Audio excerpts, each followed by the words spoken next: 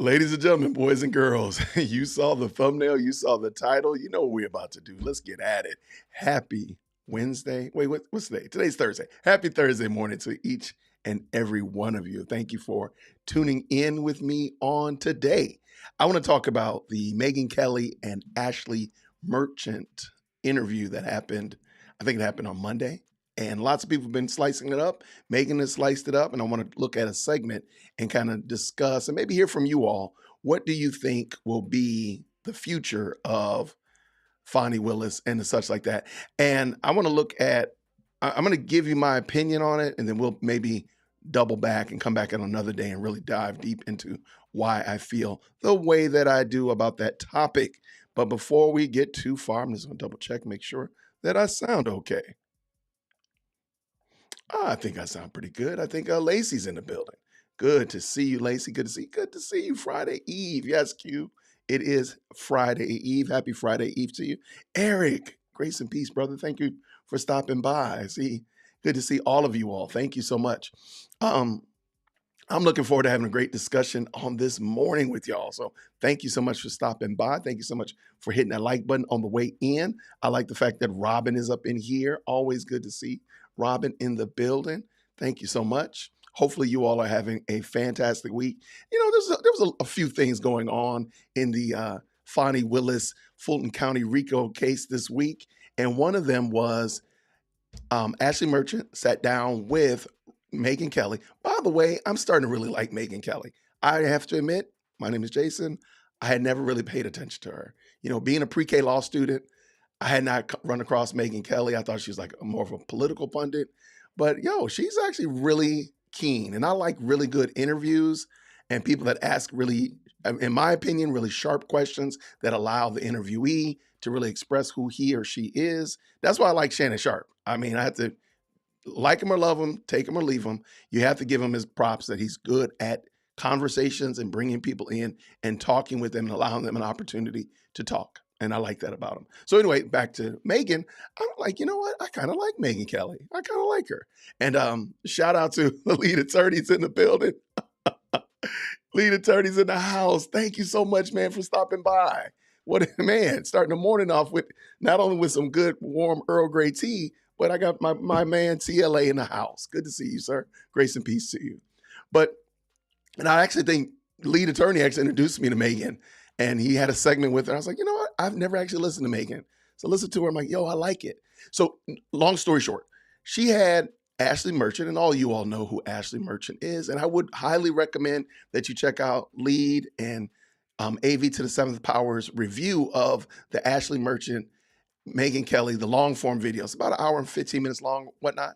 But TLA and AV to the Seventh Power really went through and kind of explained it and really shed some light on it. But it was very insightful.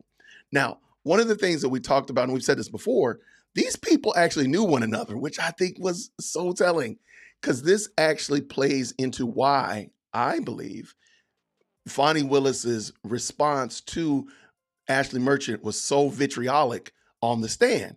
If you go back, rewind time, and I'll have producer Jason maybe put the clip back in here when we edit this video. If you go back and watch, she came in there hot like a rocket, like a Brahma bull. She came in there huffing and puffing, and some of y'all said she had a dress on backwards. I mean, it was a lot of crazy shenanigans. But when she got in that booth, she was very, very combative, I think is a good word, very confrontational with Ashley Merchant. And come to find out, they actually know one another. Some people say, like, Atlanta's not that big. It's big, but it really isn't that big. And especially in this space of law and such like that, it's not unheard of that you would cross paths with these people. And so she actually knew her, and they've had a relationship outside of the courtroom, outside of any confrontational relationship. And then for her to be in there acting like that, it really caused a lot of people to scratch their heads like, why is she acting like that? Then when the man lawyer came up to ask her questions, the demeanor changed. It was a different vibe. I felt like Fani Willis was being very disrespectful to Ashley because of the optics. This young white woman, an older black woman, she's under her. I mean, she's a prosecutor, and this is a DA. Like, I felt like there was a a defense attorney and a DA. I felt like there was that optics as well, but really it was the fact that they actually know one another. They're friends, which is crazy to me, but that goes beyond the point. And maybe we'll look into that and kind of dig into that, because that kind of comes out in the Ashley Merchant Kelly, Megyn Kelly interview as well. Like I kind of thought it, but she actually confirmed it, which is just staggering. Like, yo, you actually know her and you're acting a fool like this and calling her a racist when you know that she isn't? Like, wow. So also to all of my members, I want to thank you all for supporting the channel. Thank you for supporting the Dear Woke Christian RICO Defense Fund, just in case Fani Willis comes down on your boy. We already got that in place. Thank you so much. I found there's been a lecture that, not a lecture, a speech that Fani Willis did most recently on the International Women's Day, and she was the keynote speaker there. And there's a video floating around, and there's been clips that have been showing up, but the audio's not really the best. And even Megyn Kelly even plays a little bit of it in that interview with Ashley Merchant. The audio's not the best. It's really kind of hard to hear what she's saying. So I found the video, I cleaned up the audio, and I added subtitles. So if you follow me on Buy Me a Coffee, if you're a member of the channel, I uploaded that for you all to check out. And I kind of want to know, first of all, it's about 30 minutes long, give or take. Do y'all actually want, if you want, I will absolutely make that available. Maybe we'll do a commentary on it, or just let you all hear it, because it's really interesting. And one of the things that Judge McAfee said, and he kind of hinted on it, is that he's hinting at maybe requiring that Fani Willis stop addressing this topic in the public space, because she's getting a little bombastic. She's saying things. She's possibly muddying up the jury pool, all that kind of stuff like that. She says some pretty interesting things about the former president in this speech. So if y'all want, let me know down in the chat, just real quick. If you want, maybe we'll do that later on tomorrow or something, maybe even Saturday. We'll just kind of unpack it and give you a chance to check it out. Let me know down in the chat. Let me know if y'all want me to. I'll gladly pull it up. I mean, I definitely want to make it available to everybody so everybody can see it and hear it, because it's pretty interesting, the stuff that she says, especially being the fact that she's in the throes of this conflict right now. So it's not like something that's happened in the past and she's talking about it in the past or whatever of that nature. She's literally in the throes of it. And she's saying some pretty, I feel like some pretty bad things about about the case, about the people that she's bringing charges against, and so on and so forth, which just seems to be completely out of pocket, in my opinion. Yeah, Q says she's absolutely taking the jury pool. Q is a member, and she peeped it out. She knows what she's talking about. Make it a Saturday show. Lacey Ann, I got to give the people what they need. Absolutely. Absolutely. I think this is going to be what actually happens, Q. Boots, which is Scott Sadow, also known as the Pitbull. Shout out to Professor Nez. Boots should play it during the appeal if he can. It's going to be a mess. If he does, it's going to be a mess. That's all I'm going to say, because it's not good. She says some really poor things about, she says some pretty bad things about the former president. Again, if you think the MLK speech, I think the MLK speech was more direct, but this one is very, very broad, and it's pretty bad. So anyway, if y'all want, let me know down in the chat. I will gladly, maybe we'll make it a Saturday show or whatever of that nature. Yeah, because I think you all would, it gives us, again, a little bit more insight into who Fani Willis is. Because let's tell the truth, most of us didn't know much about her before all this blew up. So giving us a peek outside of this conversation really does help us see, like, yo, she's a very interesting person. So that's coming up for sure. But yo, Lacey has blessed some people with some memberships. Wait, thank you so much, Lacey. Let me find this link. Find this. Thank you. Yo, Lacey has blessed the Dear Woke Christian Nation with 5 memberships. Thank you so much, Lacey Ann. That's beautiful. Thank you. If you get a membership, can you please just drop Lacey Ann a thank you and let her know that you appreciate her adding you to the Dear Woke Christian RICO Defense Fund, just in case Fani Willis comes after your boy. Please. Thank you so much, Lacey Ann. That's great. Absolutely. Lead is in the building. Absolutely. Salute to you, sir. Grace and peace to you, sir. Good to have you on board. Thank you so much. So, as we talked about it, Megyn Kelly had an interview with Ashley Merchant, And I really thought it was impactful. I thought it was a really good article, a really good interview. Lots of good things were shown, a lot of behind the scenes stuff that we kind of thought, and she confirmed it, things that we were wondering. She answered those questions. But I wanted to pull out the segment where Megyn Kelly asked Ashley Merchant, where do you think this is going to go? And I want to hear from you all. And I've heard tons. I mean, I got the emails, I got the comments, I've had the super chats and so on and so forth, where you all think that Fani Willis is going to land when all the smoke clears. But I want to hear what Ashley Merchant says and give you all another opportunity to kind of vet it out and so on and so forth. Now, I do see, hey, and while we're doing this, you guys got 41 likes on the video. There's $1.23 watching the video. Can I get 50? Help me out. If you don't mind, help your guy out while we're watching this.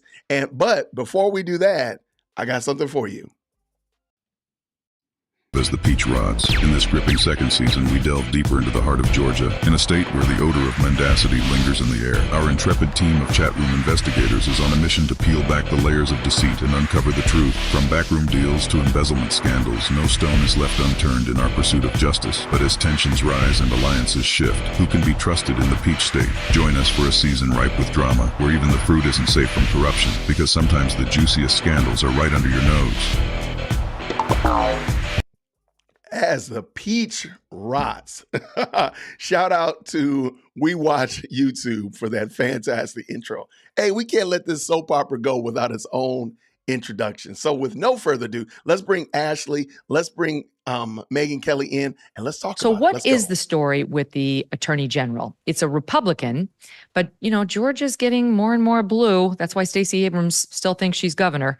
So is this person likely to pick up this investigation? Is there, because the left is thrilled. The left is thrilled she lived to fight another day. So there'll be pressure on him not to do it from the considerable blue voters in Georgia. Right. It's hard for me to guess on that because I live in this moderate world. I'm kind of in the middle, and I just want justice. I just want due process. I want transparency. So I hope that the Attorney General will. But I don't know, the political outcome of that. I'm not sure if they will investigate it or not. I hope that they will. And I think a lot of people. What about filing the motion? Because Phil Holloway was on the show last Friday, and he was saying there's a way for you guys to file a motion before Judge McAfee saying, we believe that 2 officers of the court perjured themselves, committed felonies in your courtroom, and as officers of the court, we're bringing this to your attention. But only if he finds that there is probable cause. I can't remember what the standard was before which he could refer it to the AG. It was a considerable standard, though. Yes. Okay, before she jumps in, so we're starting out with the Attorney General, because again, I think most of us agree, Fani and Nate, they lied on the stand. If nothing else, we know for a fact Nate lied about his interrogatories. So we know that there's definitely some shenanigans, some hijinks that were happening in the stand. And we're saying that, Judge McAfee, this happened on your watch and you need to do something about it. So it can be referred, the Attorney General can just go ahead and step in and do something, or it can be referred to the Attorney General by way of a complaint, from my understanding. I don't know what's dragging the feet, though. I don't know what it is. Now, there is let me take that back. I do know what the problem is, and I'm going to talk about it in a second. The old Jason did not understand what the problem was, but because I'm a pre-K law student, I've figured out why it is that they're not as gun-ho even to bring charges against her. And dare I even say, I now understand why Scott McAfee made the decision that he made. Yesterday, I did not understand that. I did come to understand that since yesterday, and I am going to talk with you about why I believe that, why I believe we saw what we saw, and why the foot dragging has happened. But let's let Ashley talk about it. Let's go. I'm still investigating. Some of the subpoenas that I sent for the evidentiary hearing, some of the business records are still coming in. So, we've recently got new records, from another travel agent. And so I'm digesting all of those. Another thing other than the phone records is the credit card statements. Ms. Willis could have given credit card statements. She gave one, which to me says there was only one, one time that she actually paid for travel with a credit card, which, anyone that travels knows you kind of have to have a credit card. You can't really book hotels. You can't do any of that stuff without a credit card. So that's sort of surprising. So if I was being accused of something and I had credit card statements to show that I wasn't on trips with Mr. Wade or that I had paid for things, I would be producing those credit card statements. So I think it's surprising we haven't seen those, but that's something that can be subpoenaed as well. But Miss Willis has this protection on her. And so whenever we try to subpoena. Okay, and Ashley's going right here, and I think pay attention to what she says, because this is why I believe all of this foot dragging has been happening. Because I think we all can agree. We're all like, yo, we saw that. Hey, hey, ref, do something. Hey, umpire, are you blind? I think there's a reason why we saw that. And she's about to explain it, and then we'll talk about it. Let's go, Ashley. Any of her records, all of these red lights go off and everything is shut down. So we only were able to subpoena Mr. Wade's records because of her position. She's got certain protections up. And so when we subpoena the records, they're saying, no, we're not giving you these records. And so we would have to. Well, what about the Georgia State Senate? Because they can subpoena Nathan Wade's substantive text messages with her. Okay, let me back up. Let me explain why I think we've seen all this foot dragging. I think, you know what? Down in the chat, drop a foot emoji if you believe that there's been some level of foot dragging. Maybe not like bona fide stonewalling, but they're just not trying to do what we think would be the right thing to do. And you probably have seen it. I know I've seen it. I've seen tons of it. And I'm just like, what's the problem? Why are you not doing the right thing? And I think there's a reason why, and I'm going to just kind of explain. If Lead is still in, I would love to hear his thoughts, or anybody legal-minded. I do want to kind of explain now why I think there has been this level of foot dragging and why it's been like nobody's really interested in doing, again, what you and I probably agree as the right thing. And there's been a high level of foot dragging. And I think we all, oh my goodness, Duster Buglas, yo, man, student of the day. Yo, I haven't had student of the day since I was a school teacher almost 6 years ago. But Duster Buglas has come through as the student of the day. There it is right there. There it is. There it is. Fani is a Black woman, and the current society is afraid of Black women. Man, like, did you cheat on my notes, my guy? I'm literally about to talk about that. Good gravy. Man, Duster Buglas coming through with the answer. That's it. I think at the end of the day, when the smoke clears, because of the world that we're currently in, and let me put a pin in the Fani Willis story, and let's travel together, shall we, to Dalton, Illinois. And I'm gonna drop a video on this. And matter of fact, O'Shea Duke Jackson, shout out to the excellent content creator, O'Shea Duke Jackson, did a video on this topic this morning. In Dalton, Illinois, Ashley Hinyard, y'all have all heard about the super mayor, and she is a train wreck. Oh my gosh, there's just so many problems with Ashley Hinyard. And you would think in your mind, you know what? Ashley Hinyard is such a horrible leader, such a terrible leader, that the people of Dalton, Illinois are chomping at the bit to go to the polls to kick her out. They can't wait for 2025. I think that's when her term is up. I don't know why it's an odd year like that, but 2025. So next year. So they're just chomping at the bit. But in the meantime, they probably are going to just dunk on anything that Ashley Hinyard puts out because they want to show her that they don't like her. They want her to get out of here. She's terrible. She's bad, whatever. And I think most of us, if you follow the Tiffany Hinyard story, you understand. She is a mess. And the people around her are suffering because of it. Literally, people are suffering, whether that be financially, economically, socially, spiritually. They're all suffering because Tiffany Hinyard is a horrible mayor, in my opinion. She's terrible. And you would think that if these people could get to the ballot box, they would proudly pull the trigger to get her out of there. Get her out of here. Get her out of here, right? You would think that. You would also think that if Tiffany Hinyard was trying to push a referendum, that there would almost be 100% rejection of said referendum. That'd be pretty easy. So if Tiffany Hinyard, again, the super mayor, the terrible mayor that she is, has such a horrible record. She's being talked about globally. They're talking about Tiffany Henyard in South Africa. They're talking about her in London. They're talking about her all over the place. Places they don't even speak English. Places I didn't even know existed. They're talking about Tiffany A. Henyard in this little tiny hamlet outside of Chicago. I mean, it's amazing. She is global.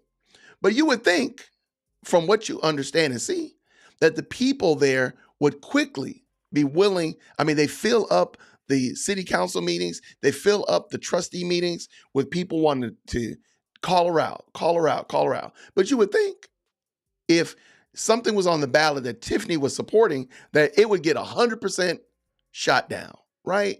You would think like, yo, it's gonna be a don't want to say a bloodbath. Don't want to say that, but you got my point. It's going to be a terrible thing.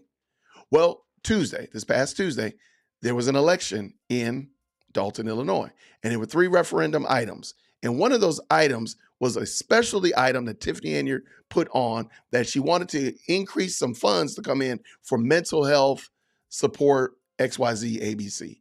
It's very, in my mind, it was extremely nebulous. I wouldn't have voted for it. And to spoiler alert, the referendum was shot down.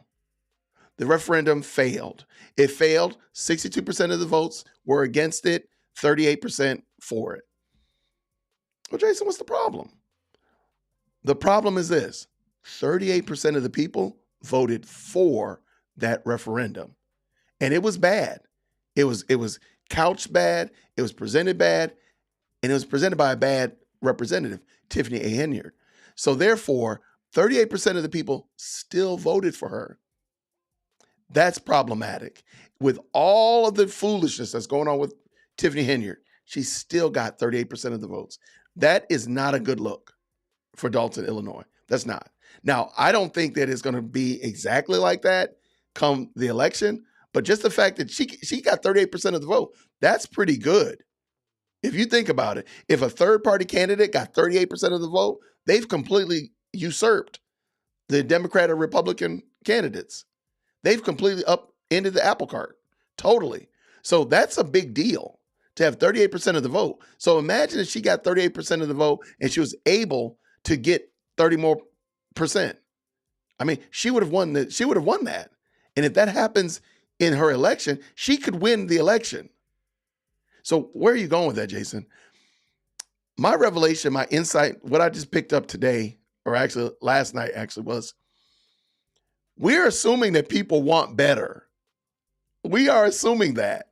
We are assuming that the people of Dalton, Illinois want a better experience, that they really don't want Tiffany A. Henyard representing them as their mayor. And I think she's a supervisor of a township as well. But the problem is, I don't think that they don't. I think they actually do want Tiffany Henyard, because she's not, that should have been a shellacking. She should have got 5% of the vote. Even 5 would have been too much. She should have got 0.5%. She got 38% of the votes for that mental health facility, blah, blah, blah, blah, blah, blah. And it was just a blank check type of situation. That's problematic. Now, we're done with Tiffany Henyard. Now let's get back in the plane, fly back to Fulton County, and let's look at Fani Willis. We are assuming, because we are people that maybe politically disagree with Fani Willis, clearly ideologically disagree with Fani Willis, but I think we have to temper our enthusiasm and realize Fani Willis is not just Tiffany Henyard. She is the chief law enforcement officer of Fulton County. I'm joking about it. I joke about it. But keep in mind, Fani Willis could throw all of us on RICO charges. Remember Denzel Washington in Training Day?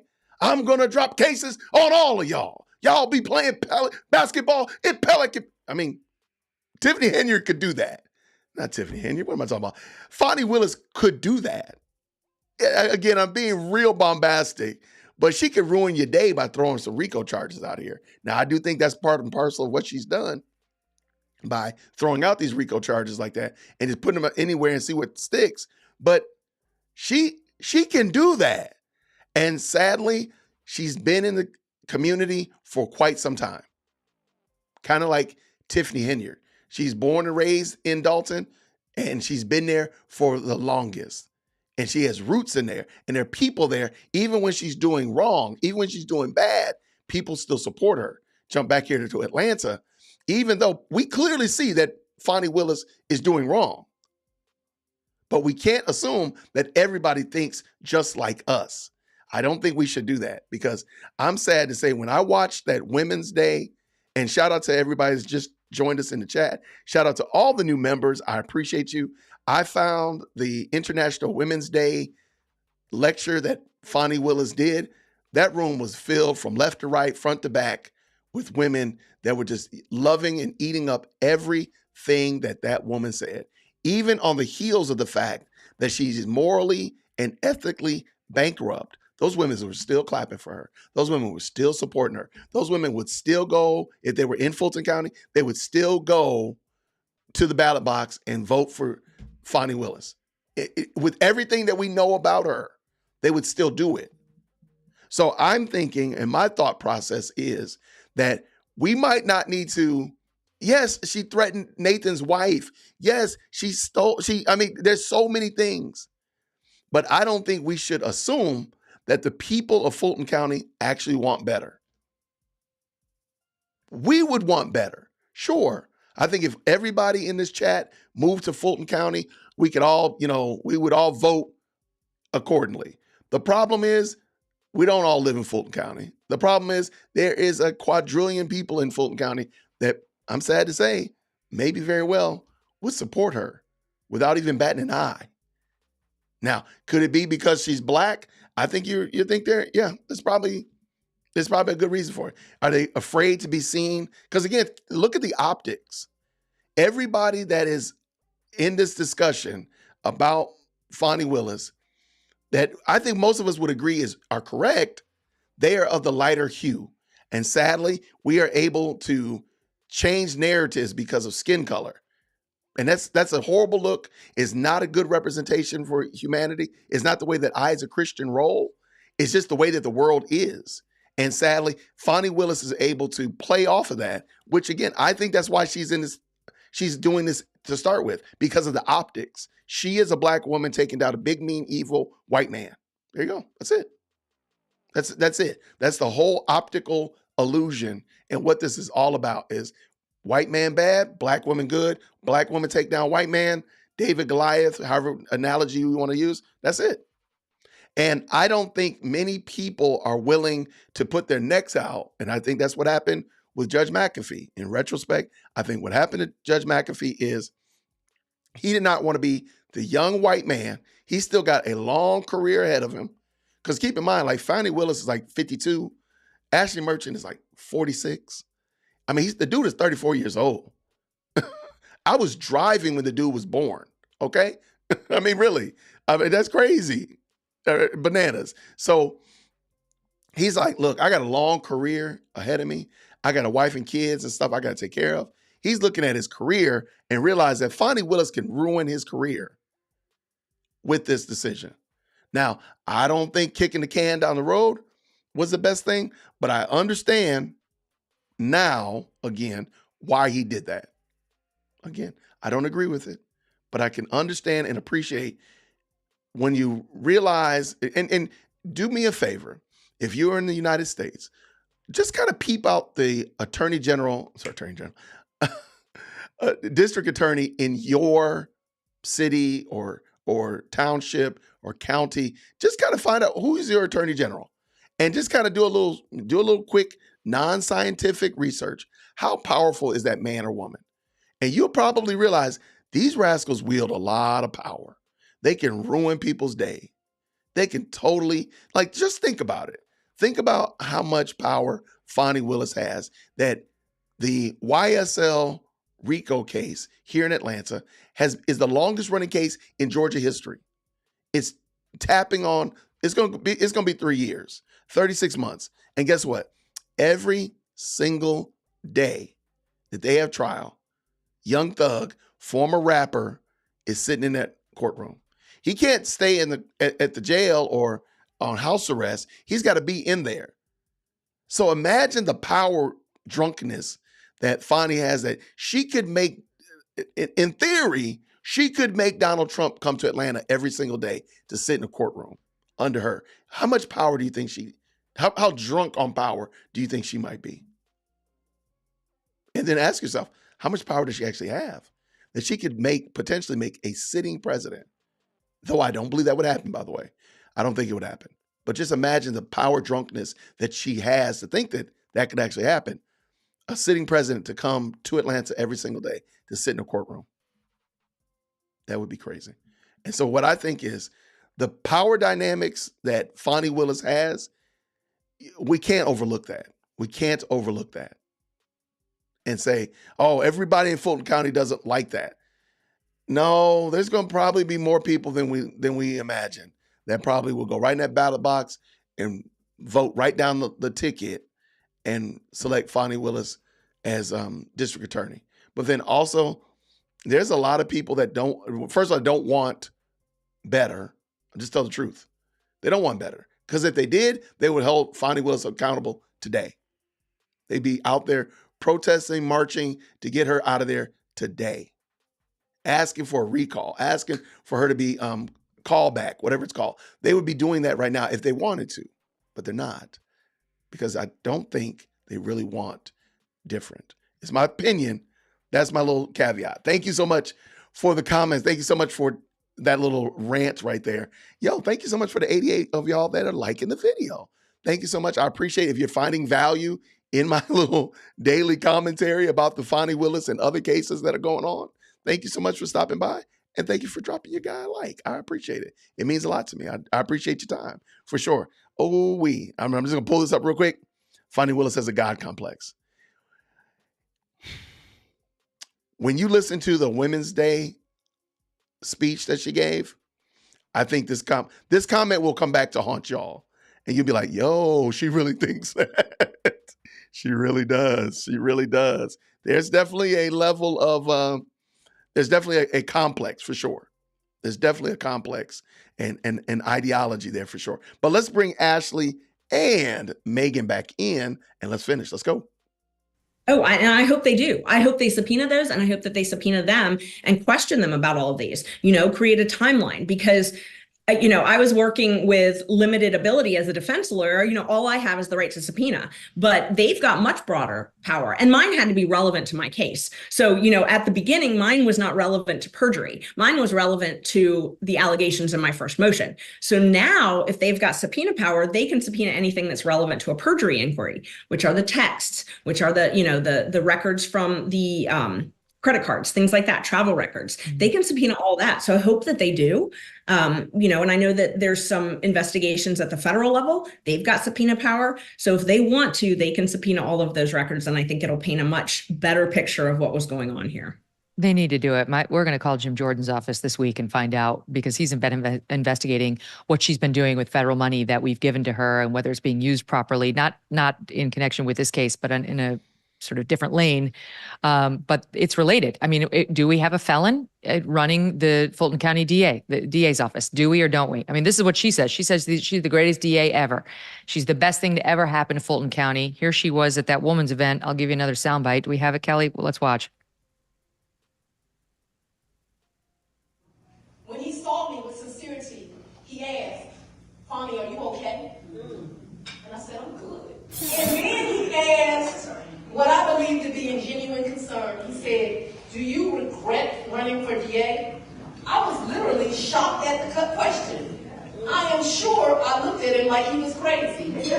I said, "Are you kidding? I'm the best DA this county's ever had." Let me tell you how much I don't regret it. Wednesday, I went and re-up. I want 4 more years. 4 more years. See what I mean? Like, I'm not trying to be funny. That room was full of folk. That room was full of people. You even hear the guy chanting 4 more years.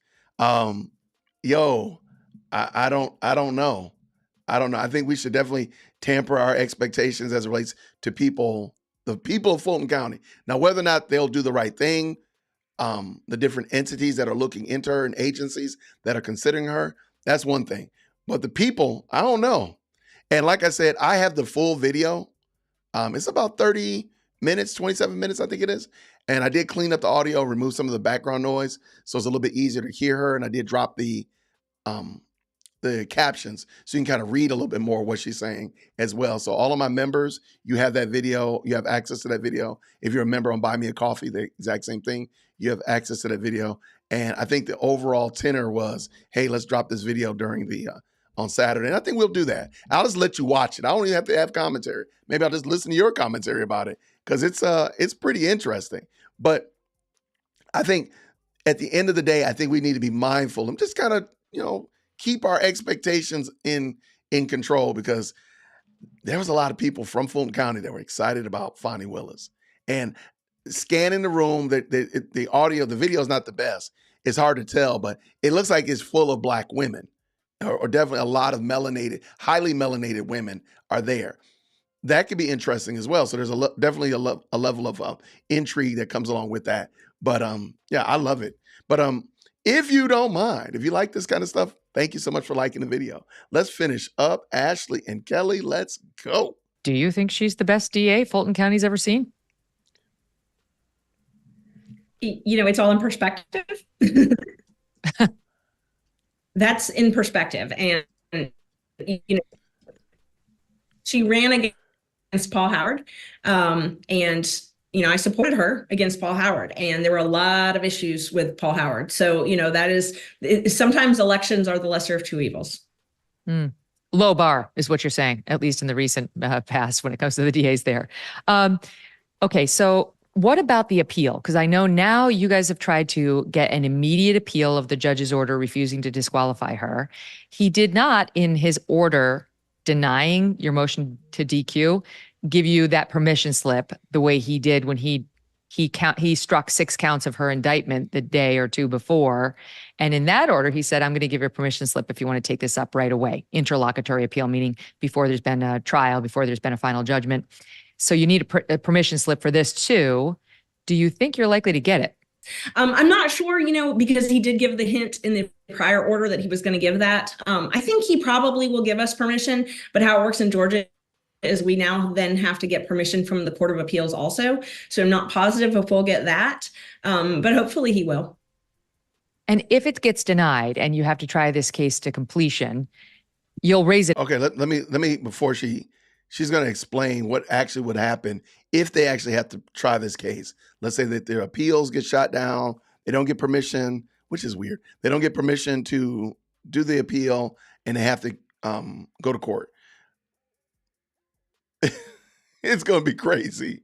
All I can say is Dear Woke Christian might actually go to Fulton County. I might actually start filming from Fulton County. I might just go find me a coffee shop, get me a little micro RV, and just because it's going to be crazy.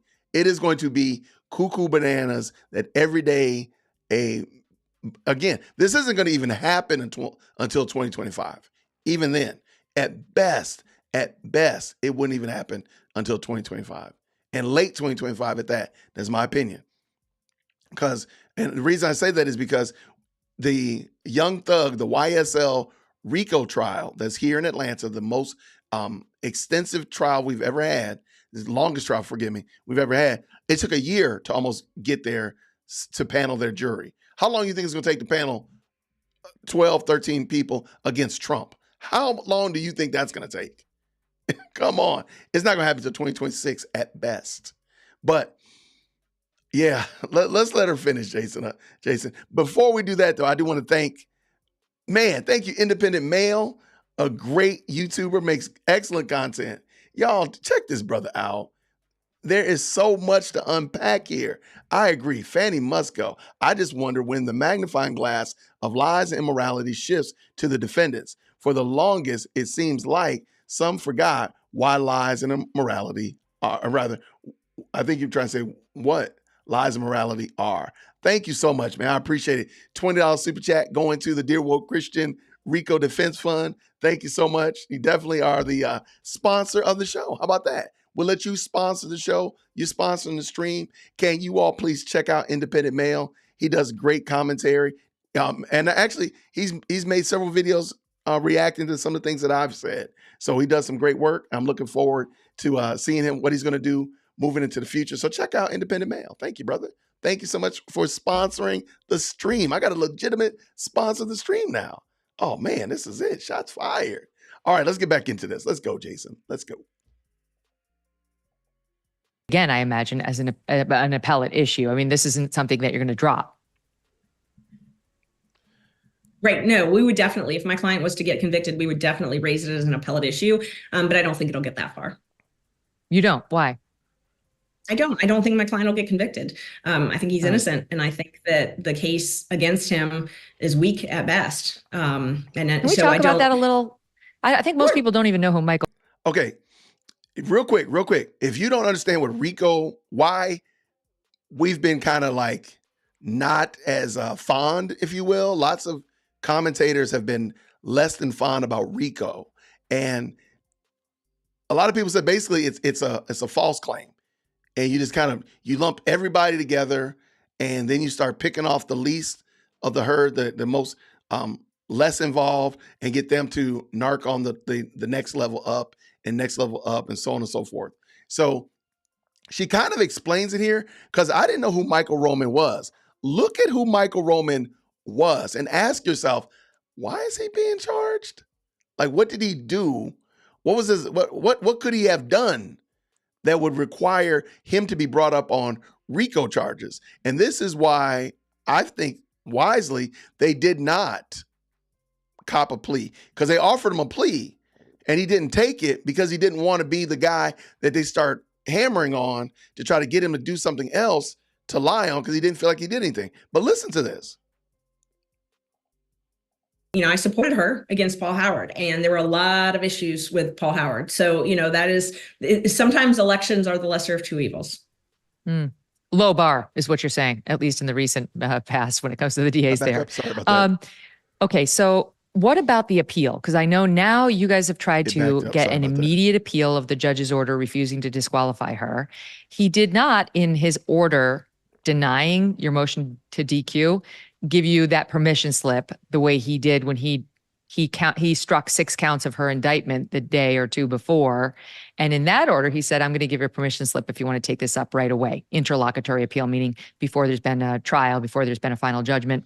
So you need a permission slip for this too. Do you think you're likely to get it? I'm not sure, because he did give the hint in the prior order that he was going to give that. I think he probably will give us permission, but how it works in Georgia is we now then have to get permission from the Court of Appeals also. So I'm not positive if we'll get that convicted. We would definitely raise it as an appellate issue, but I don't think it'll get that far. Okay, here we go. Sorry. You don't? Why? I don't think my client will get convicted. I think he's innocent, and I think that the case against him is weak at best. Can we talk about that a little? I think most people don't even know who Michael Roman is. I mean, we've studied up a little bit on him because of this case, and he's gotten very interesting. And there have been some on the left who have been trying to malign him. Oh, he's a Democrat. I mean, he's a Republican operative. He engages in dirty tricks for a living. Of course, that's what's really happening here. More dirty tricks against poor Fani. Explain a little bit about who Michael Roman is and why he's been dragged into this case. So 2 things. The first thing is, that you pointed out, a lot of people did speculate that he, was behind all of this. And it's ironic because he wasn't at all. So, that was kind of surprising to hear that. People say, oh, well, he's the one investigating this. And he's not, he has no ties to Georgia.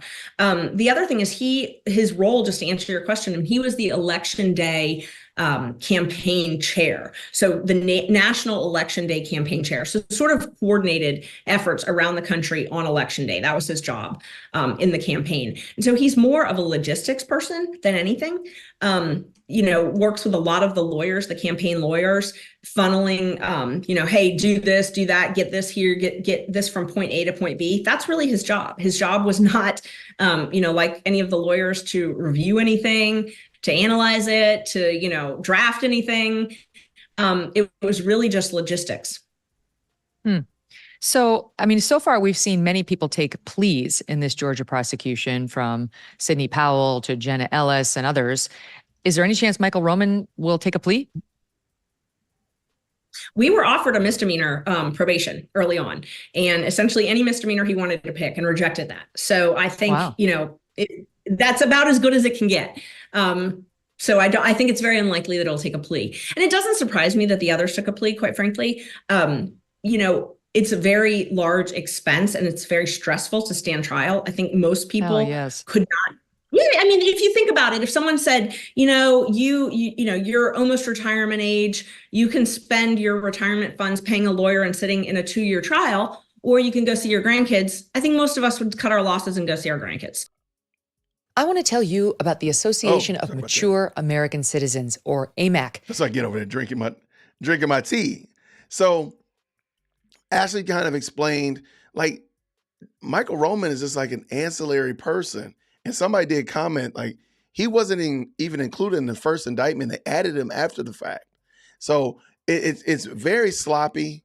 Again, RICO was meant for violent, organized crime, not political, basically political and ideological adversaries.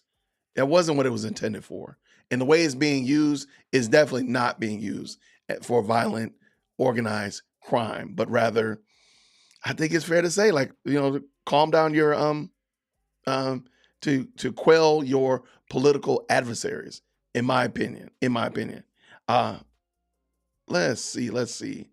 All right, there's been some fantastic commentary going on in the chat, and I got a couple of them I've identified that I'm gonna pull up real quick. In the meantime, hey, if you're liking this video and you like what I'm doing, if you don't mind, could you help me out? I got 136 likes. Can I get it to 150? Can I get 4 more? That'd be great. There's almost 400 people watching the video. Actually, 470 watching the video. Outstanding, man. Thank y'all so much for hanging out with me. But if I could get a like, and if you don't like the video, if you don't find this content valuable, if you could hit the like button 3 times, I promise you it does work. Trust me. I'm a professional. All right, so let's look at this. Let's go. All right. This is something Gabe called this out, and man, if you watch that video of the Women's Day lecture, it is nothing more than black women idolizing another black woman. I don't think, again, the gentleman that did the video was not being, trying to pan the whole room or anything of that nature, but all I saw was black women in there, and all I heard was them kikiing and celebrating Fani, even on the tails of Fani violating another man's marriage vows. She's so powerful. She's so strong and so independent that she got to borrow another woman's husband. Come on, make that make sense. Come on, man. Now, AOC said that RICO is not AOC said that RICO was not a crime in Congress the other day. AOC is the gift that just gives and gives and gives. It's like the gumball machine. You put a quarter in and just all the gumballs come out. That's AOC, because she just keeps saying crazy stuff. Where are the 55 other lawyers, please understand, Fani Willis got funding to hire attorneys to knock down all of the backlog of cases that Fulton County had. Because Fulton County is, it's a little spicy over there. They got a lot going on over there. So they got a little bit more crime, a little bit more intrigue going on. So she actually was supposed to hire, like you said 55? I don't doubt it. It's definitely hire more attorneys to make this thing happen and knock down some of these cases. And it didn't happen. And that's unfortunate, because the people in Fulton County are being held hostage by an attorney, a district attorney rather, that is not doing his or her job. And if you do a little Google search, do a little browse, check out Nate the Lawyer. Matter of fact, we should look at that, because there was an article, 2 weeks ago, Governor Kemp here in Georgia signed a bill that basically put in an oversight commission for district attorneys. District attorneys got to do their jobs. Let's summarize it. And some people are asking, like, well, what does that mean? Or what was the purpose? What was the reason for doing that? And why did they do that? And I thought that was a good question. And I will pull it in, because Nate the Lawyer talked about that case. Talked about the reason why. And I think it would be very helpful to help us understand why Governor Kemp and other governors have been moving in this direction of making it a little bit more streamlined for district attorneys to do their jobs and what happens when they don't do their jobs. Now, this one right here that we're going to look at is a coordinated effort. It's not just the district attorney, it's also the district attorney and the mayor. But I think we could all agree, like, yo, this could happen anywhere if the laws got lax. So with no further ado, let's bring it in. Oh, thank you so much. I got 171 likes on the video. I appreciate it. If you are liking this type of content, again, my name is Jason. Hello. I am a preschool law student. I've never gone to law school. I will never go to law school. The best I've done is watched a lot of episodes of Suits and Law & Order Special Victims Unit and Criminal Intent. Oh yeah, and the baseline Law & Order. That's my experience. But I am a Christian that likes to talk about social commentary and look at it through the lens of a Christian perspective. So that's what I'm doing. Now, here today, we're going to look at what happens if a district attorney doesn't do his or her job correctly. And let's go. Served its last meal today. After 54 years, the restaurant shut down for good, citing concerns over crime. And new at 10 tonight, yet another small business here in Oakland has been cleared out by thieves. The owner of Inner Desires on Grand Avenue says the group of thieves took nearly everything in his store early yesterday morning. Live coverage now from KTVU's Amber Lee in Oakland. And Amber, the store owner says he actually moved locations thinking it would be safer, thinking that he wouldn't get hit again. Okay, In-N-Out is out of Oakland. One of California's most popular, profitable burger chains is shuttering its Oakland restaurant. Companies saying just not safe enough. Now, the people of Oakland, California want to kick out the mayor and district attorney for their light on crime and defund the police policies. So defund the police had repercussions, and we're going to see exactly what those repercussions were. So let's go. Let's go. Let's talk about it. All right, Nick the lawyer, shout out to him. So here's local news out of Oakland reporting on the recall of the Democrat mayor of the city. Now, the most shocking thing about Oakland is only 4% of registered voters identify as Republicans. So these are essentially independents and Democrats who are trying to kick out their Democrat leadership. Recall Mayor Shangtown started back in January, and already proponents say they are confident. Good evening on this Saturday. I'm Christina Rendon. Today, a group leading the recall effort held a rally in Oakland. New at 10, KTVU's Tom Vakar was at that gathering. And Tom, how far along are these organizers? Much farther than I think anybody realizes. It surprised me. Using a shuttered business for their stage, recallers say, in fact, they are succeeding. Saturday afternoon saw yet another rally to recall Oakland Mayor Shangtown in what was once Restaurant Le Cheval, closed in part due to street crime. She didn't inherit all of these problems. She caused a number of problems. And I want to just stop right here. This is what I'm saying. If Fulton County residents really, truly did not like and want Fani Willis to represent them as a district attorney, in my mind, they would be this fed up already. They wouldn't wait for it to get as bad as we're about to see, because we haven't even seen just how terrible it is. But I would think that they would be upset about it and want her to be the right kind of district attorney to represent them and so on and so forth. But we don't see that. We don't see that. But not to this level. Watch what happens. Retired Alameda Superior Court Judge Brenda Harbin Forte heads the recall petition. People who say give her more time to do what? Now, for you to understand why people are upset at Mayor Shangtown because of the rising crime in Oakland, you need to see this report by CNN, because liberal CNN, remember, CNN is a left-wing crazed network. They literally called out Oakland, saying rising crime risks turning Oakland into a ghost town. Chaotic scenes from Oakland, California, a city now notorious for its violent crime. The Hagenberger Road corridor, one of the worst parts of the city. Once a thriving road with chain stores and local businesses, it's now an area many avoid. So customers are scared, so they're not staying to eat. Exactly. They called for the phone and ordered the food, but to go. 1 year since opening Zona Latina, Varela's business has been broken into twice. Her customers targeted countless times. For my customer, they broke the windows, the car, and take everything. Varela stores down the Yo, you are not ready for this. You are not ready for this. I want to stop before we get going too far. Because one, we got somebody else supporting the Dear Woke Christian RICO Defense Fund. Mr. Told You said San Francisco successfully recalled its DA last year.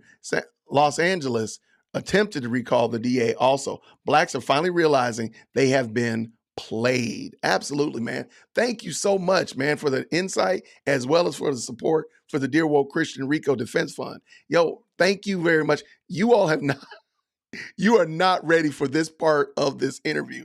It is crazy. It is crazy. And yo, I almost got 200 likes. Thank y'all so much. I got 181, 89. Thank you so much. If I can get 11 more, I would not be mad. I would not be mad at all, but you all are not ready for this. Let's go. Dedicated to America's seniors. That's not what I was AMAC supposed stands to out play. today by... What you know about that? Wrong video. Let's go. the street from this Raising Cane's, where employees tell us they do drive-through service only. This cage here, it's where employees park their cars, and there are signs everywhere telling people to eat and leave. They're locking the employees' cars inside of a cage. Yo, that's the craziest thing I've ever seen. They literally have built a fence around and said, this is where employees park their cars. That's bananas. That is crazy. And wait till you hear the mayor try to justify this. But that's insane. Man, that's craziness, man. My heart goes out because these people, if you're working at Raising Cane, the likelihood is that you're like, a lot of my daughter's friends work at Raising Cane, and those, it's like a Zaxby's, Chick-fil-A, fast food place. So you're not talking about, somebody that's just doing it for fun. These are like kids that are probably trying to get their foot established and working, or maybe somebody's down on their luck. I don't know. But these people are going to work and you're attacking them and stealing their stuff. That is so wicked. Oh, that's crazy. When I saw that, I literally spit my tea out. Like, you got to be kidding me. They built a cage to cover the employees' cars. That is bananas. Okay, let's finish up. Let's go. Just around the corner, the well-known burger chain In-N-Out says it will be closing this location, not from lack of business, but because customers and associates are regularly victimized by car break-ins, property damage, theft, and armed robberies. In 2023, Oakland police recorded increases in burglaries, robberies, and auto thefts by 23, 38, and 45% compared to the year prior. In the last week, several companies across Oakland have all announced safety concerns. Kaiser Permanente telling its workers in a leaked memo obtained by KTVU not to leave the building for lunch or hold meetings downtown. It sort of creates this avalanche of people afraid to go out, which actually makes it even a worse problem. Sherry Godinez is a third-generation Oaklander. What's it like seeing restaurant after restaurant closed on this block? It's very heartbreaking. Godinez represents hundreds of businesses as the executive director of a business collective. More than half of the businesses she recently surveyed said they were closing or leaving Oakland. To see Oakland transition from such a thriving community to starting to look like a ghost town is just devastating. Godinez's organization and other business districts want city leaders to make policy changes that would allow Oakland police to operate more effectively. She says businesses like this home decor store burglarized just a few weeks ago experienced repeated break-ins. Groups of people, organized and strategic, often captured on citywide cameras, hit several businesses at a time. Crime, Godinez says, is changing the local economy. First Friday. All right, so just to give you a second to breathe, because the DA has chosen not to prosecute certain crimes and the mayor is making it difficult for the police to go after said crimes, now the crimes are just flourishing. And you got to kind of wonder, don't you remember to defund the police? Like that was their effort back in during the Summer of Love in 2021. This is the ramifications of said activity. And notice the people that are going to be victimized. Notice the people that are suffering under this mayhem and this lawlessness. What are the nationalities? What are the people that are being victimized by this? Because I'm not trying to be funny, I don't see a lot of white people being interviewed in this. I see people that are highly melanated, medium melanated, and so on and so forth. I know white people got melanin. Stay around, hang around. But my point is, this is black and brown and Asian people and such like that are being terrorized by this. Let's go. Let's finish. As a launching pad to get started. She believes it's part of the reason the Oakland First Friday Street Fair, put on to showcase businesses, has been temporarily shut down for the first time in 10 years. So the mayor's been there for about a year and a half. So what does the mayor say about this rising crime? Whose fault is it? Check it out. Mayor, some of your critics do allege that the burglary that took Officer Lay's life and other crimes that happened in 2023, that they happened on your watch. Data from your police department shows robberies, burglaries, and car thefts all up last year. How do you explain that? Okay.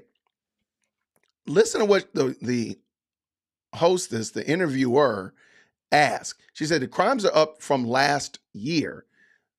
Mayor Tao has been there for a year and a half. So this would be on her watch. So example being last year, 2023, you had a certain amount of money in the bank.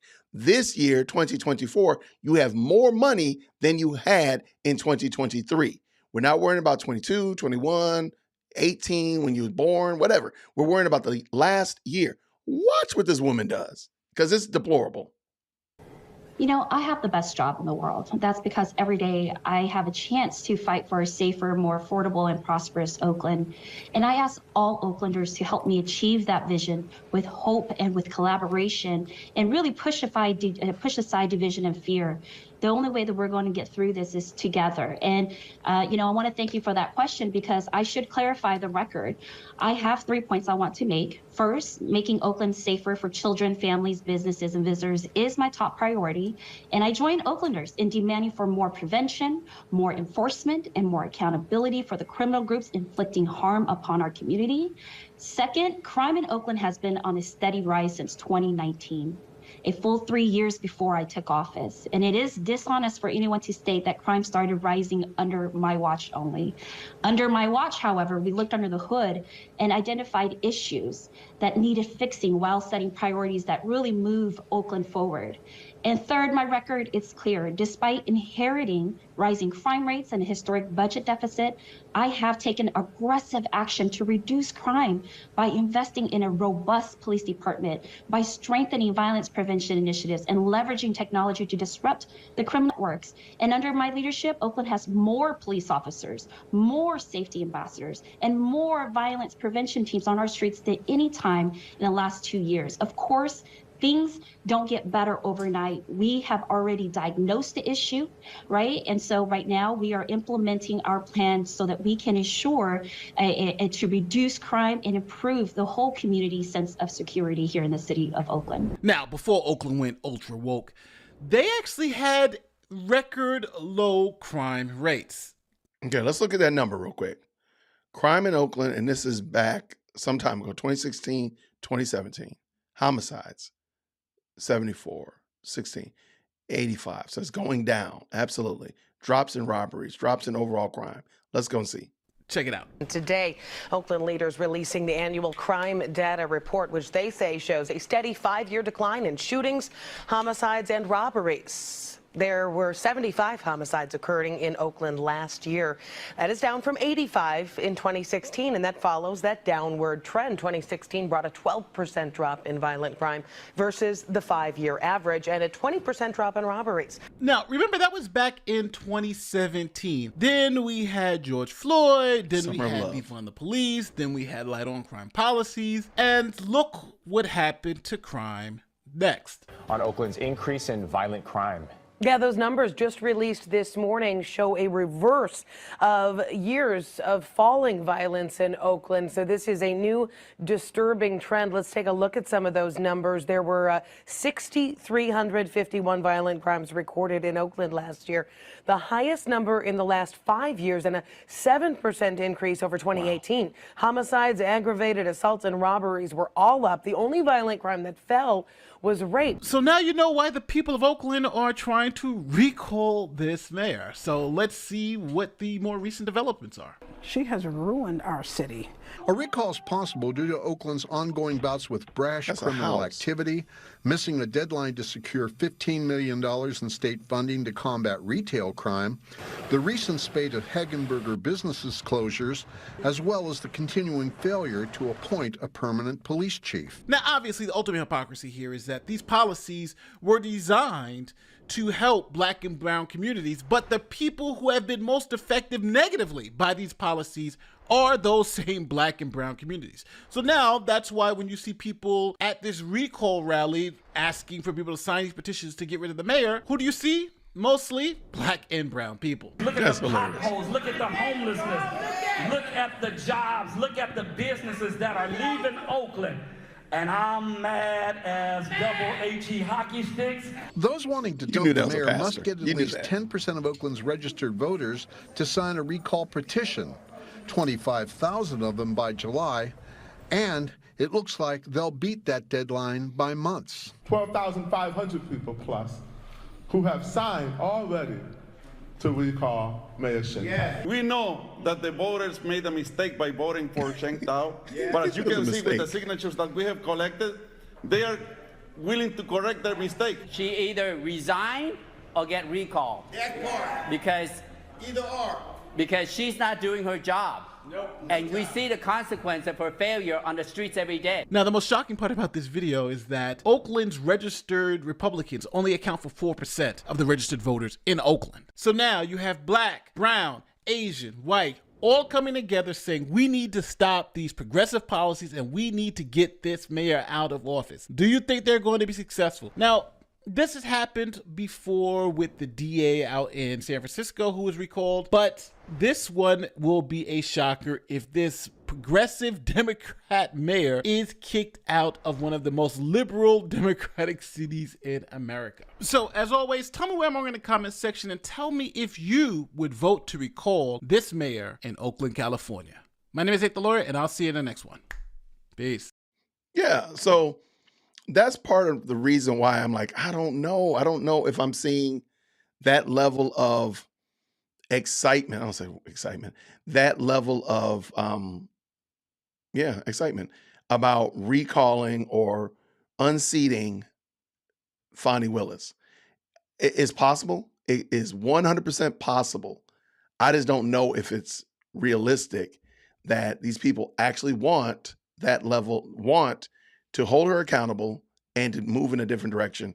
Not saying that Fulton County is anything like Oakland. Not saying that at all. All I'm saying is this is why Governor Kemp signed the bill here in Georgia, and other states also included, signed a bill that kind of holds district attorneys responsible and holds them accountable to actually do their job, because we see what happens in Oakland when the mayor and the DA don't want to do their jobs and don't want to hold people accountable to the standard and not be participating in crime like that. It's crazy. It's crazy. But, what do we have here? So now there's a conversation about what's going on in Cali. Okay, let me see real quick.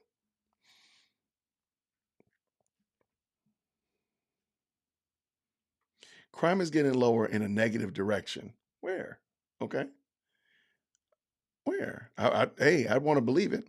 Yo, Mr. Told You So coming back in.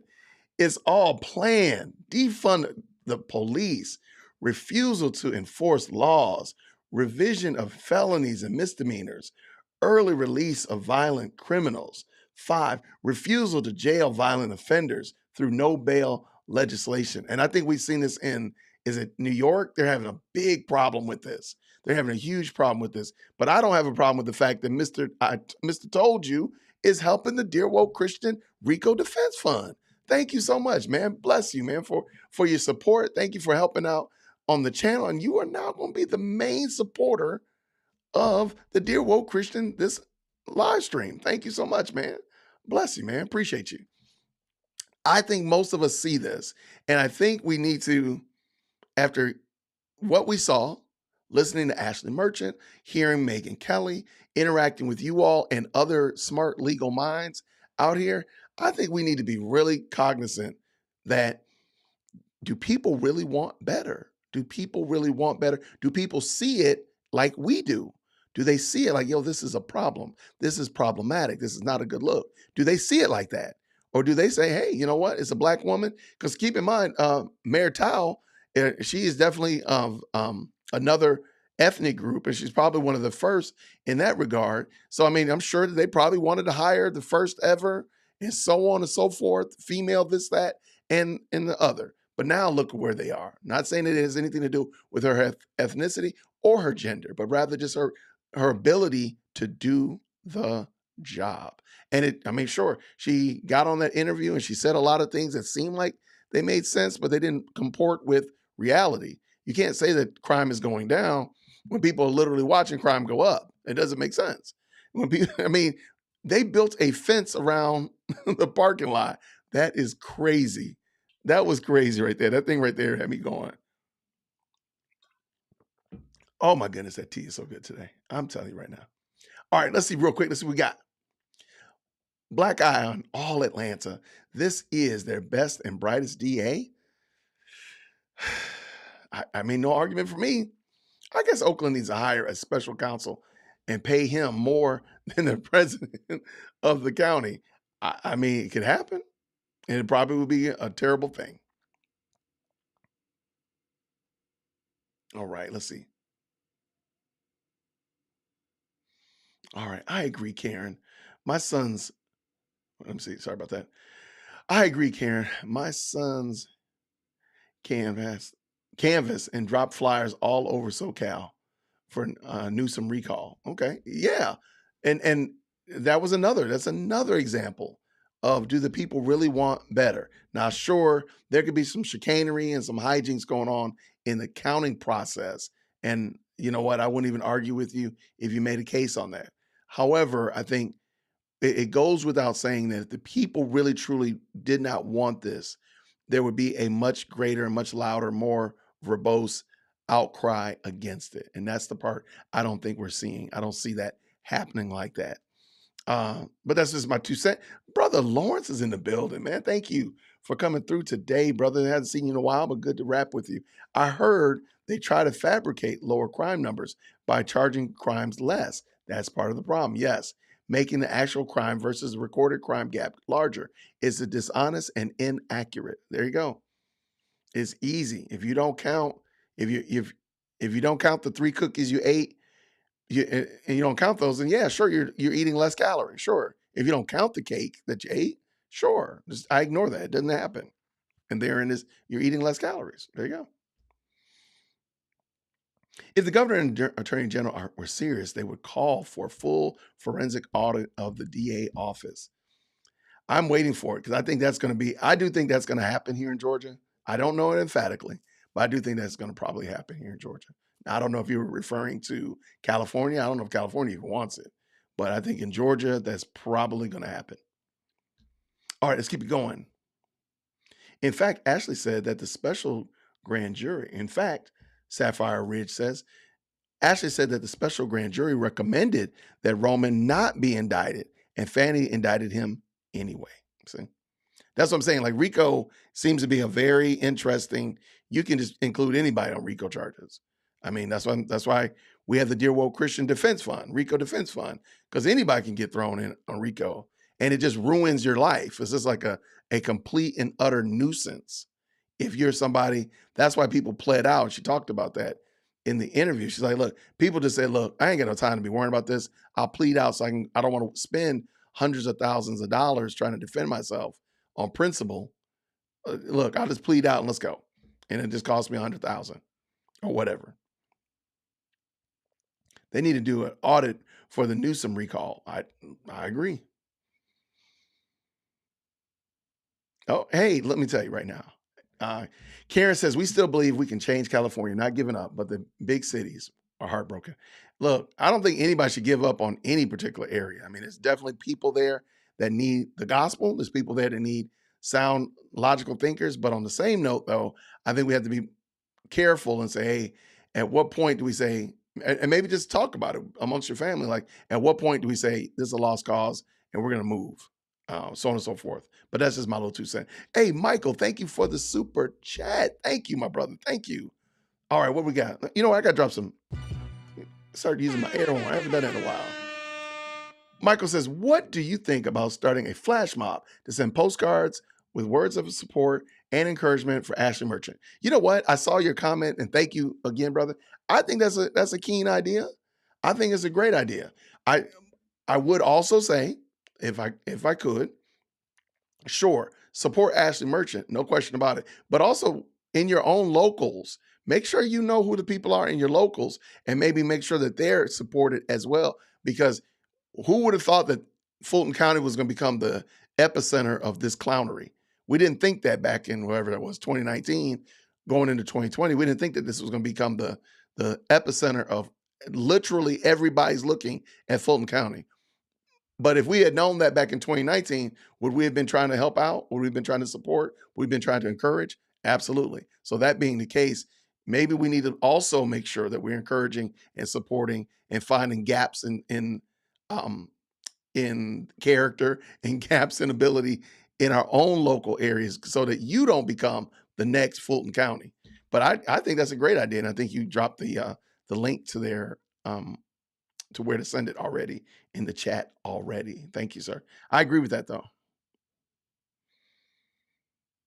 All right. So yeah, this is a problem with big cities. And I think this is something that this is why I support the Electoral College, in my opinion. But we're talking about on a statewide level. Big cities of California have a vice grip on the state. We are a lot more red than the numbers show. Now that I actually believe, but it is, problematic that there's so many people in large cities. And that's why I think there's such a move by various people groups and a particular party to get people into larger cities. And that's why there's such a push for us not to. I don't want to be in a large city. I like where I am. Actually, I feel like I'm too close to the city now. Mr. Told You So says, correct, Rico, it was designed for hard to prove cases like mobsters and major drug trafficking. Yeah, like why is this case being used like it is? It just seems like it's being a bludgeon, in my opinion. California has to be stopped. Hey, Atlanta must be stopped. All of us need to be stopped. By the way, if you know how to make t-shirts and can help me out with that, I will not turn that down. Help me out at dearwokec@gmail.com. I drop my link in here. I want to be like AV to the 7th power with the cool t-shirt game. So here we go. Here's my email. Help me out. Ramblin' Roy coming through. Thank you so much for the super sticker. Please forgive me. Thank you so much for the super sticker, brother. Thank you. Helping out Dear Woke Christian Rico Defense Fund. Thank you so much, sir. All right. Yo, this is very encouraging, Karen. Karen says, she's speaking to Russell. There are tons of us. We homeschool, we get involved in local government, stay away from the cities, and we are all trained in firearm use and have our CCs. I love it. There we go. Thank you again, Roy. Yes, thank you, sir. All right. This is what we are. Criminals get all of the publicity. We should pay attention to people who do their jobs well. Absolutely. And support people who do their jobs well and pray for people who do their jobs well. Because again, everybody's talking about Fani Willis, but I don't know who the district attorney is in like Cobb County where I live. I don't know who the district attorney is. Who's the district attorney in your area? So, and hopefully they're doing a good job. Hopefully he or she is representing you properly and doing the right things. And that's somebody that you should definitely want to support and encourage and build up, because you don't want to become the next Fulton County. As the Peach Rots season 2 is underway. Yo, Norm Z, thank you so much for the super sticker. I didn't mean to say that. The super sticker. I appreciate you, friend. Thank you so much. Thank you, man. I appreciate you helping out with the Dear Woke Christian Rico Defense Fund. I appreciate it. Thank you so much. Yes, Sarah, thank you so much. And I'm glad that you're feeling well, sister. Absolutely. I didn't see any other content creators in this morning, but if any of the moderators see any of the content creators, I know Kiana's in the building. Please make sure, Q, that you drop your link to your new channel. Any other content creators that are in the house, please make sure we drop their links in so people can support good brothers and sisters. And let me know if they're here. I'll make sure I give them a little quick shout out as well. And I want to thank you all. There's 235 of y'all that have liked this video, and I do appreciate it. And I want to say this. I say this often. I don't mean it just to sound like just droning on and on, but I appreciate you because you could be doing anything. You could be watching anybody. You could be talking to anybody, but you chose to come by here, and I really do appreciate it. Thank you very much. It means a lot. It shows me that you find value in this. When you like that button, it shows me that you find value in this when you comment and so forth like that. And I really do appreciate it. It means a lot. And if you just popped in, my name is Jason. I am a pre-K law student. I've never been to law school. I will never go to law school. The best I've done is watch Suits and Law and Order Special Victims and baseline Law and Order, a lot of it. But guess what? I'm a Christian that likes to talk about social commentary and give my perspective. So that's what I do on a regular basis. And I thank y'all for checking it out. And give me your 2 cents. I do appreciate it because I think we all are getting better as we are interacting with one another. And by the way, if you are in the chat, I do want you to know that you are in the chat of the very best live chat on the planet. This is the best chat, period, bar none. Nobody can deny me that. This is the best chat. So I thank you all for being a part of this. All right, let's go. Let's go. All right, Cobb County. DA Flynn Brody Jr., Army combat veteran and prosecutor, became DA of Cobb County on January 1st, 2021, and vowed to hold violent criminals accountable. Hey, I love living in Cobb County. So if this is my DA, hats off to DA Brody. I need to check him out. But hey, he's doing a great job as far as I know. My area has been safe. I have very little issues, problems, or concerns about it. So shout out to DA Brody. Absolutely.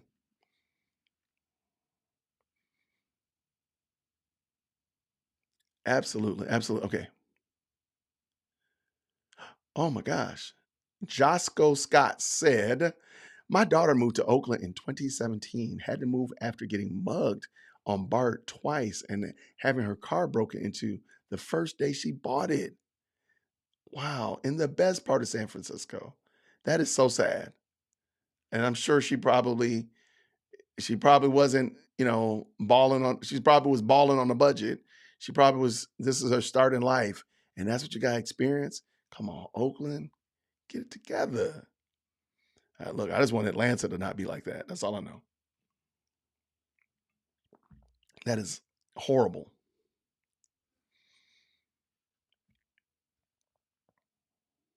I drive a truck all around the country, says Russell. The only place I like any more than Montana or Wyoming is because of the population is so low and there is no crime. Wait a second. Let me say that again. The only place I like anymore is Montana and Wyoming. Yeah. I've heard good things about Montana and Wyoming. The only problem is they get snow. And they're also technically north of the Mason-Dixie line. So y'all know how I feel about my southern states. But yeah, I've heard good things about Montana and Wyoming. All right, let's go. Allowing this to be prosecuted as a RICO case instead of a civil disobedience, if any case, is another area McAfee is accountable. I was watching the video where the guy was, Lauren says, I missed that, Lorna. I don't know why it was given RICO status, in my opinion, either. I really don't. It doesn't make sense, but I'm not an attorney. I only play one on YouTube. I'm only pointing out my observations as just a citizen. And I don't think I have all the answers by any means. I'm looking for the answers. I want to make fun of the errors and find truth, but it didn't even make sense. Like, I thought you were using this on like mobsters and cartels and like really bad, violent gangs and such. Why are you doing this? This makes no sense. But it is what it is. I mean, hopefully, and the bad thing is, I think at the end of the day, when all the smoke clears, I don't think this case is going to go anywhere. I know a lot of people disagree. I don't think this case is going to go anywhere. The complete and utter collapse of this case is going to be staggering because it's going to just crater because there isn't really a case. I'm just going to say that. It really isn't a case. And I think this is Lacey Ann really hit the nail on the head. Using RICO is for shock value and shock factor. That's it. Instead of saying, hey, I brought Lorna up on civil disobedience charges. Civil disobedience charges. Yeah, you can't make that sound, you can't make that sound nefarious. But, oh, we brought Lacey Ann up on RICO charge. I mean, that just sounds like a WWE bad guy from the 80s. Like, oh, RICO charges is coming in. It just sounds crazy. It just sounds really bad. And so therefore, that's the only thing I think. I think they decided they're going to bring him up on RICO charges. But it is what it is, man. I think at the end of the day, the problem is many of us are putting our hope in politics and in government entities or DAs or presidents. It doesn't matter. And I think at the end of the day, that isn't where our hope and our faith should rely. That's just my 2 cents. All right, let's see.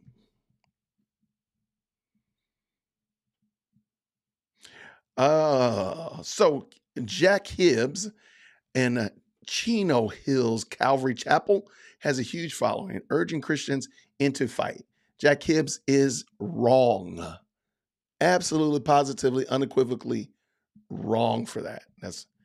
I will absolutely say that without any problem. Won't bat my eye, won't duck my head. He's wrong for that. Jack Hibbs is wrong for that. But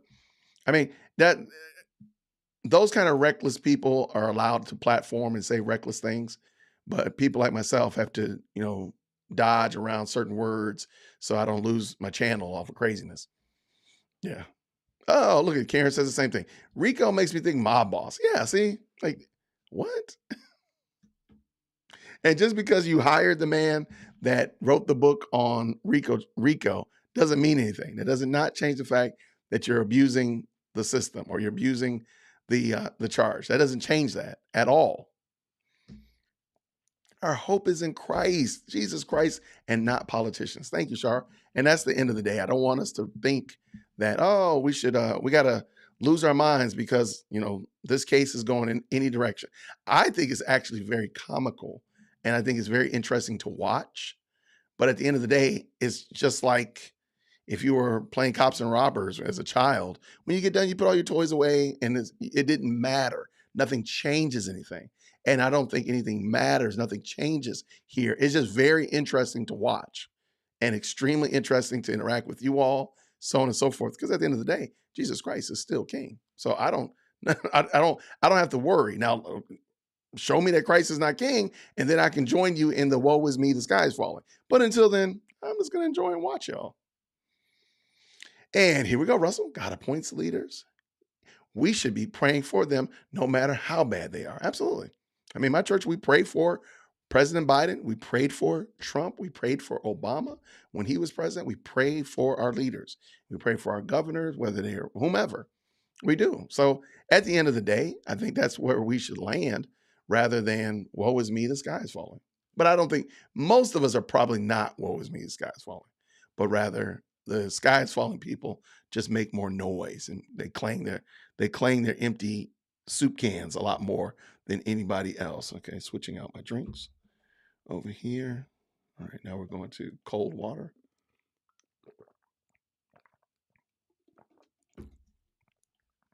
Okay.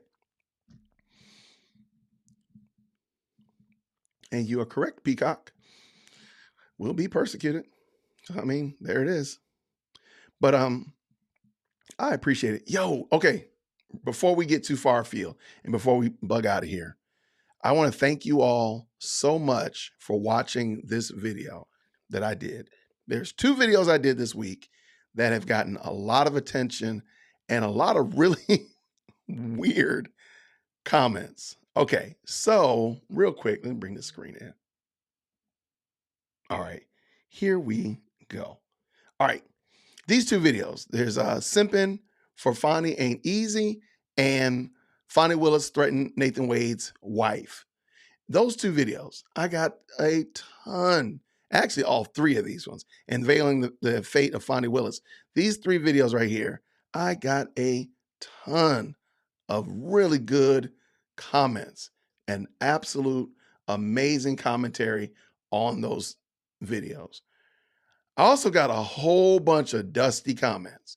What are dusty comments, Jason? I appreciate you asking. Thank you for asking that. Dusty comments are when somebody says something I akin to, like somebody literally wrote that the reason I'm calling out Fani Willis is because I want to have a relationship with Fani Willis. And I'm like, does this dingbat know that I'm married? I got a whole wife, been married 22, going on 23 years. I am not worried about Fani Willis in any way, shape, or form. Somebody literally wrote that. Or that, again, and as I said in several other videos, as a Black man, I am not required to do only things that support Black people or support only people that are Black. I'm not required to do that. And guess what? I'm not going to do that. But I got people that write that crazy stuff. I'm going to encourage you, do me a favor. Don't write me what would be akin to dusty comments. I'm telling you right now, as sure as my name is Jason, don't do that. Don't do that. Don't do that.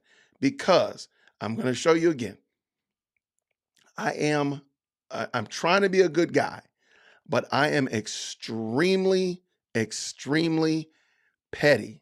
And you'll notice there's a video right here called Dear Woke Christian, the Dusty Comments Unit. I am going to take your dusty comments. If you say something ignorant, like I'm only talking about Fani Willis because I want to have a relationship with Fani Willis, sir, ma'am, I'm going to mock you for that. If you say that I, as a Christian, am not a Christian because I don't support Fani Willis and her unchristian behavior, sir, ma'am, I'm going to make fun of you. I literally have a file on my desktop, where I literally screenshot all of those comments and I make some of the best videos out of them. Please don't do this. Don't do this. Don't do. Yesterday, I got like literally, I think I got 5 of them yesterday. I had not gotten any real good dusty comments. Most comments are fantastic, just very encouraging, very on target, keeping up with what the discussion is. And mind you, I did not say that you can't disagree with me. I got no problem with that. You can disagree and think that Judge McAfee was right. You could think that Harold Jones is a brilliant scholar. Oh, fine. But keep the insults, keep them down. Because I promise you, your guy, I got nothing better to do, okay? I'm telling you, I got nothing better to do. Retired school teacher and I own a production studio. I got nothing better to do. I'm going to make fun of you. So please keep the insults down. But hey, if you want to be on the next Dusty Comments unit, I got something for you for sure. But I just thought that was hilarious. Like, what happened yesterday? And they're all on those 3 videos. I don't know what happened. I don't know if they got pushed out maybe into the algorithm. More people are watching those ones. I don't know. But those 3 videos right there were getting a lot of shine, which is cool, which is great, by the way. Shout out to you, YouTube. Kudos to you. But I don't know what caused the attention to those particular videos from dusty people. But don't write dusty comments, please. Don't insult, don't assume that you know something about me. I had somebody literally tell me that I was a white man. I promise you, I got the comment. I'm like, wait, did you watch the video? I'm like, how did we get here? Like, okay, fine. Okay, let me say this. You can say, all right, I'm gonna tell you right now, you're welcome to say, Jason's beard looks like John the Baptist, okay? I've not been to the barbershop in a couple of weeks. And my barber's like, Jay, where you at, man? So you can insult my beard, okay? You can talk about it. You can talk about my baseball caps, okay? You can, absolutely. But don't say things that are just demonstratively crazy, okay? Just don't be crazy if you don't mind. I'm like, yo, how are you calling me white?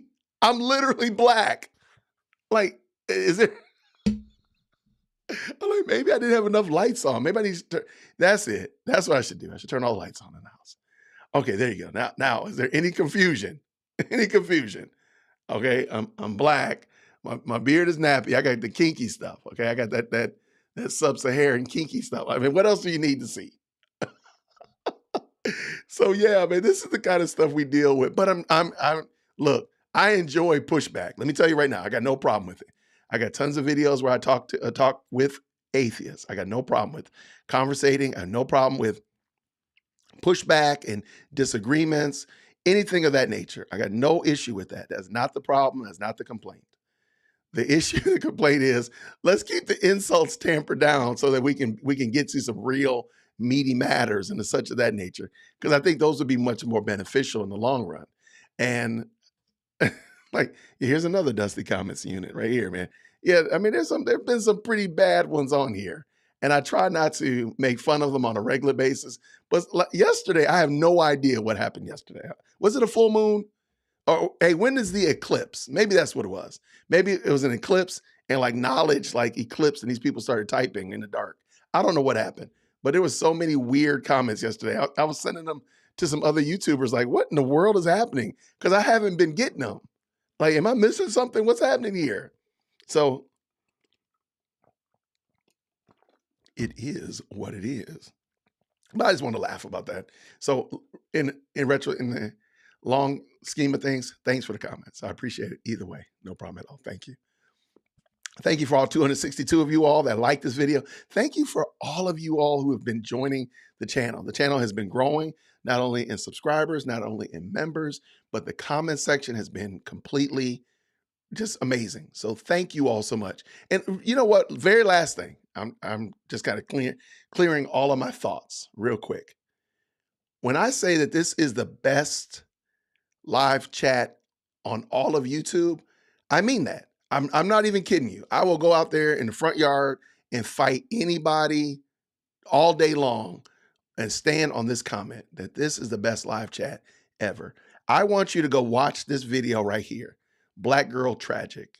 And I want you to go look in the comment section and look at all of the people, Black, white, Northern, Southerners, some people from London, some people from Australia, all around the world that have been commenting on this, that have been so supportive of Nathan Wade's wife.